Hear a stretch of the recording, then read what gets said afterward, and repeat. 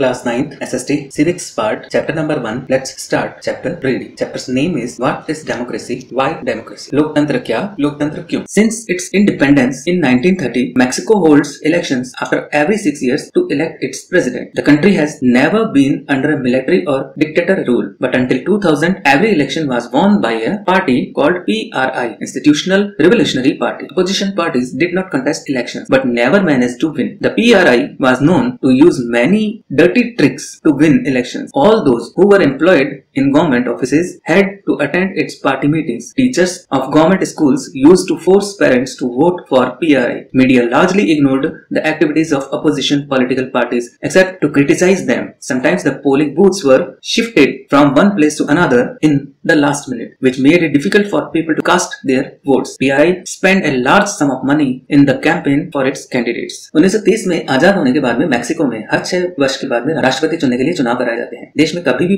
फौजी शासन या तानाशाही नहीं आई, लेकिन सन 2000 तक हर चुनाव में PRI इंस्टीट्यूशनल रिवोल्यूशनरी पार्टी नाम की एक पार्टी को ही जीत मिलती है। विपक्षी दल चुनाव में हिस्सा लेते थे, पर उन्हें कभी भी जीत हासिल नहीं होती थी। चुनाव में तरह तरह के हथकंडे अपनाकर हर हाल में जीत हासिल करने के लिए PRI कुख्यात थी। सरकारी दफ्तरों में काम करने वाले सभी लोगों के लिए पार्टी की बैठकों में जाना अनिवार्य था। सरकारी स्कूलों में अध्यापक अपने छात्र छात्राओं के माँ बाप से PRI के लिए वोट डालने के लिए कहते थे। मीडिया भी जब तब विपक्षी दलों की आलोचना करने के अलावा उनकी गतिविधियों को नजरअंदाज ही करती थी। कई बार एकदम अंतिम क्षणों में मतदान केंद्रों को भी एक जगह से दूसरी जगह कर दिया जाता था, जिससे अनेक लोग वोट ही नहीं कर पाते थे। PRI अपने उम्मीदवारों के चुनाव अभियान पर काफी पैसे भी खर्च करते थे। Should we consider the elections described above as examples of people electing their rulers? Reading these examples, we get a sense that we cannot. There are many problems here. In China, the elections do not offer the people any serious choice. They have to choose the ruling party and candidates approved by it. Can we call us a choice? In the Mexican example, people seemed to really have a choice, but in practice, they had no choice. There was no way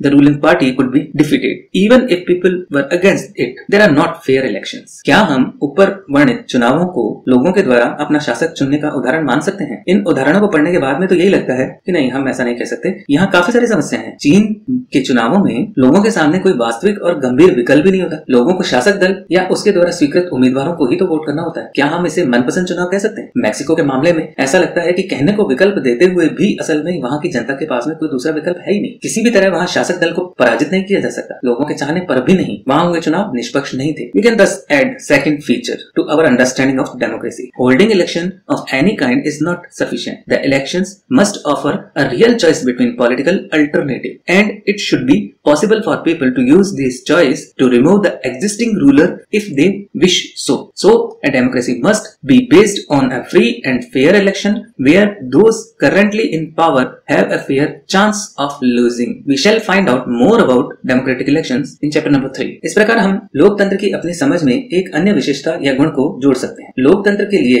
सिर्फ चुनाव कराना ही पर्याप्त नहीं होता। चुनाव में एक से ज्यादा असली राजनीतिक विकल्पों के बीच में चुनने की स्थिति भी होनी चाहिए। लोगों के पास में यह विकल्प रहना चाहिए कि वे चाहें तो शासक दल को गद्दी से उतार दें। इस प्रकार लोकतंत्र निष्पक्ष और स्वतंत्र चुनावों पर आधारित होना चाहिए, ताकि सत्ता में बैठे लोगों के लिए जीत हार के समान अवसर हो। लोकतांत्रिक चुनावों में हम अध्याय 3 में और भी बातें जानेंगे। One person, one vote, one value. Earlier, we read about how the struggle of democracy was linked to the demand of universal adult franchise. This principle has now come to be accepted almost all over the world. Yet, there are many instances of denial of equal right to vote. Until 2015, in Saudi Arabia, women did not have the right to vote. Estonia has made its citizenship rules in such a way that people belonging to Russian minority find it difficult to get the right to vote. In Fiji, the electoral system is such that the vote of an indigenous Fiji has more value than that of an Indian Fijian. Democracy is based on a fundamental principle of political equality that gives us the third feature of democracy. In a democracy, each adult citizen must have one vote and each vote must have one value. We shall read more about it in chapter number 3. एक व्यक्ति, एक vote, एक मोल। हमने पहले पढ़ा है कि किस तरह लोकतंत्र के लिए होने वाले संघर्ष व्यस्त मताधिकार के साथ में जुड़ा था। अब इस सिद्धांत को लगभग पूरी दुनिया ने मान लिया है। पर किसी व्यक्ति को मतदान के समान अधिकार से वंचित कर देने के उदाहरण भी कम नहीं है। 2015 तक सऊदी अरब में औरतों को वोट देने का अधिकार नहीं था। एस्टोनिया ने अपने यहाँ नागरिकता के नियम कुछ इस तरह से बनाए हुए हैं कि रूसी अल्पसंख्यक समाज के लोगों को मतदान का अधिकार हासिल करने में मुश्किल होती है। फिजी की चुनाव प्रणाली में वहाँ के मूल निवासियों के वोट का महत्व भारतीय मूल के फिजी नागरिक के वोट से ज्यादा है। लोकतांत्रिक राजनीतिक समानता के बुनियादी सिद्धांत पर आधारित होता है। इस प्रकार हम लोकतंत्र की तीसरी विशेषता को जान लेते हैं। लोकतंत्र में हर वयस्क नागरिक का एक वोट होना चाहिए और हर वोट का एक समान मूल्य होना चाहिए। अध्याय 3 में हम इस बारे में और ज्यादा विस्तार से पढ़ेंगे। Rule of law and respect for rights.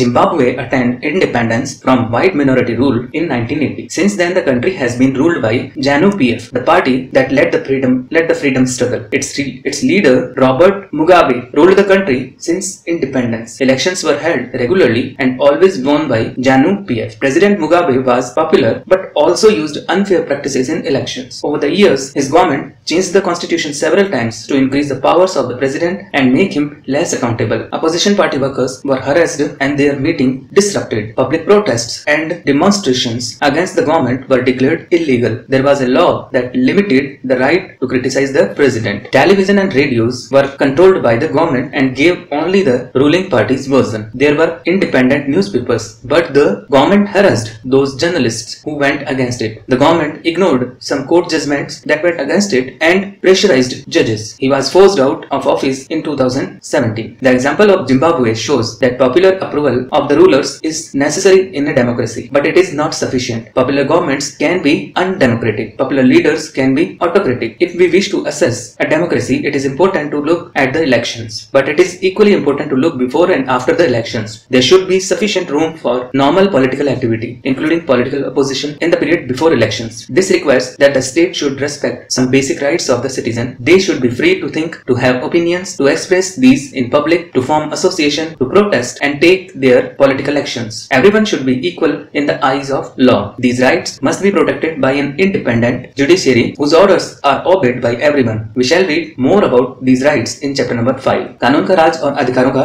आदर। जिम्बाब्वे को 1980 में अल्पसंख्यक गोरों के शासन से मुक्ति मिली। उसके बाद देश पर ZANU-PF दल का राज है, जिसने देश के स्वतंत्रता संघर्ष की अगुवाई की थी। इसके नेता रॉबर्ट मुगाबे आजादी के बाद से ही शासन कर रहे थे। चुनाव नियमित रूप से होते थे और सदा ZANU-PF दल ही जीतता था। राष्ट्रपति मुगाबे कम लोकप्रिय नहीं थे, पर वे चुनाव में गलत तरीके भी अपनाते थे। आजादी के बाद से उनकी सरकार ने कई बार संविधान में बदलाव करके राष्ट्रपति के अधिकारों की वृद्धि की थी और उसकी जवाबदेही को कम किया था। विपक्षी दलों के कार्यकर्ताओं को परेशान किया जाता था और उनकी सभाओं में गड़बड़ कराई जाती थी। सरकार विरोधी प्रदर्शनों और आंदोलनों को गैर कानूनी घोषित कर दिया गया था। एक ऐसा कानून भी था जो राष्ट्रपति की आलोचना के अधिकार को सीमित करता था। टेलीविजन और रेडियो पर सरकारी नियंत्रण था और उस पर सिर्फ शासक दल के विचार ही प्रसारित होते थे। अखबार स्वतंत्र थे, पर सरकार की आलोचना करने वाले पत्रकारों को परेशान किया जाता था। सरकार ने कुछ ऐसे अदालती फैसलों की परवाह नहीं की जो उसके खिलाफ जाते थे और उसने जजों पर दबाव भी डाला। 2017 में मुगाबे को राष्ट्रपति पद से हटा दिया गया। जिम्बाब्वे का उदाहरण बताता है कि शासकों के लिए बार बार जनादेश पाना लोकतंत्र की एक जरूरत है, पर इतना ही पर्याप्त नहीं है।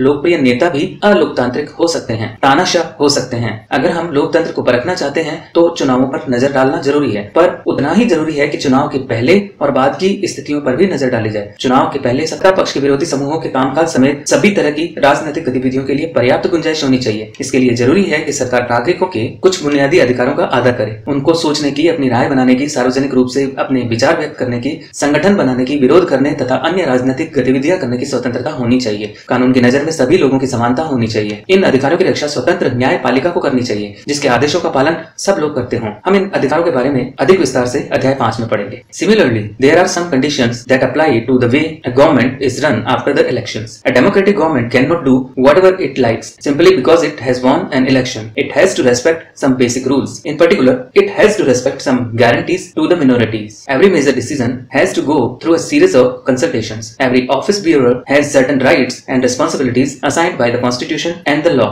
Each of these is accountable not only to the people but also to other independent officials. We shall read more about this in chapter number 4. इस प्रकार कुछ दूसरी शर्तें हैं जो चुनाव के बाद सरकार चलाने के तौर तरीकों पर लागू होती हैं। एक लोकतांत्रिक सरकार सिर्फ इस कारण मनमानी नहीं कर सकती कि उसने चुनाव जीता है, उसे भी बुनियादी तौर तरीकों का पालन करना होता है। खास तौर से उसे अल्पमत वाले समूहों को दी गई कुछ गारंटियों का आदर करना होता है। हर प्रमुख फैसला लंबे विचार विमर्श के बाद लेना होता है। हर पदाधिकारी को उस पद के साथ जुड़े अधिकार व जिम्मेदारियां संविधान द्वारा दी जाती हैं। ये सभी न सिर्फ जनता के प्रति उत्तरदायी हैं, बल्कि अन्य स्वतंत्र अधिकारियों के प्रति भी इनकी उनकी जवाबदेही होती है। इसके बारे में हम ज्यादा विस्तार से अध्याय 4 में पढ़ेंगे। Both these aspects give us the fourth and final feature of democracy. That is, a democratic government rules within limits set by constitutional law and citizens' rights. इस प्रकार हम लोकतंत्र की चौथी और अंतिम विशेषता को रेखांकित कर सकते हैं कि एक लोकतांत्रिक सरकार संवैधानिक कानूनों और नागरिक अधिकारों द्वारा खींची लक्ष्मण रेखाओं के भीतर ही काम करती है। Summary definition. Let us sum up the discussion so far. We started with the simple definition that democracy is a form of government in which the rulers are elected by the people. We found that this definition was not adequate unless we explained some of the key words used in it. Through a series of examples, we worked out 4 features of democracy as a form of government. Accordingly, democracy is a form of government in which rulers elected by people take all major decisions. Election offer a choice and fair opportunity to the people to change the current rulers. This choice and opportunity is available to all the people on an equal basis, and the exercise of this choice leads to a government limited by basic rulers of the constitution and citizen rights. परिभाषाओं का सारांश। आइए अब तक हुई चर्चा को समेटते हैं। हमने लोकतंत्र की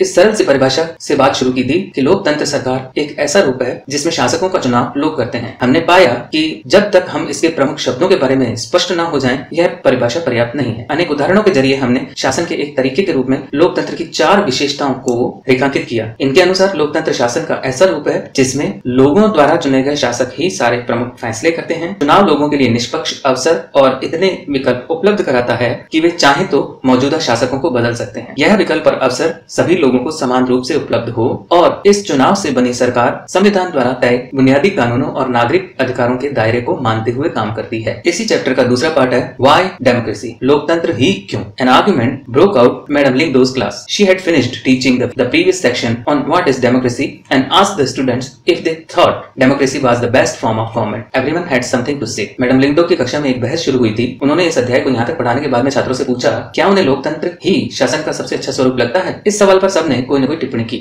Let's talk about debating merits of democracy. Yolanda, we live in a democratic country. All over the world, people want democracy. Countries that were not democratic earlier were becoming democratic now.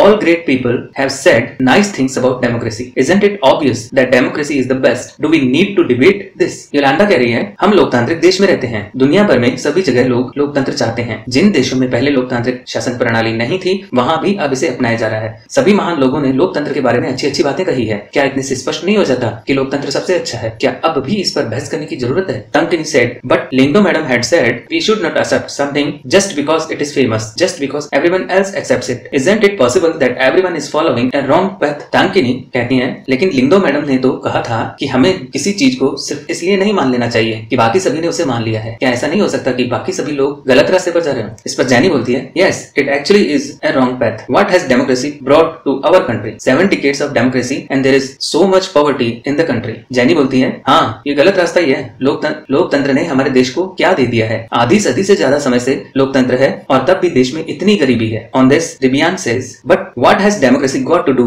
with it? Do we have poverty? We are democratic, or do we have poverty despite being a democracy? इस पर रिबियान कहता है लेकिन लोकतंत्र इसमें क्या कर सकता है? क्या हमारे यहाँ लोकतंत्र के कारण गरीबी है या फिर लोकतंत्र होने के बावजूद भी गरीबी है? Now Jenny said, whatever, how does it make a difference? The point is that this can't be best form of government. Democracy is all about chaos, instability, corruption and hypocrisy. Politicians fight among themselves. Who cares for the country? इस पर जैनी कहती है जो भी है इससे क्या फर्क पड़ता है? मुद्दा यह है कि हम इसे शासन का सर्वश्रेष्ठ रूप नहीं मान सकते। लोकतंत्र का मतलब है अराजकता, अस्थिरता, भ्रष्टाचार और दिखावा। राजनेता आपस में ही लड़ते रहते हैं। देश की परवाह किसको है? Now Paimon says, so what should we have instead? Go back to the British rule? Invite some kings to rule this country? पाइमन बोलता है तो फिर इसकी जगह कौन सी प्रणाली होनी चाहिए? क्या अंग्रेजी हुकूमत वापस लाई जाए? बाहर से किसी राजा को देश पर शासन करने के लिए बुलाया जाए? रोज said, I don't know. I think what this country needs is a strong leader, someone who does not have to bother about elections and parliament. One leader should have all the powers. He should be able to do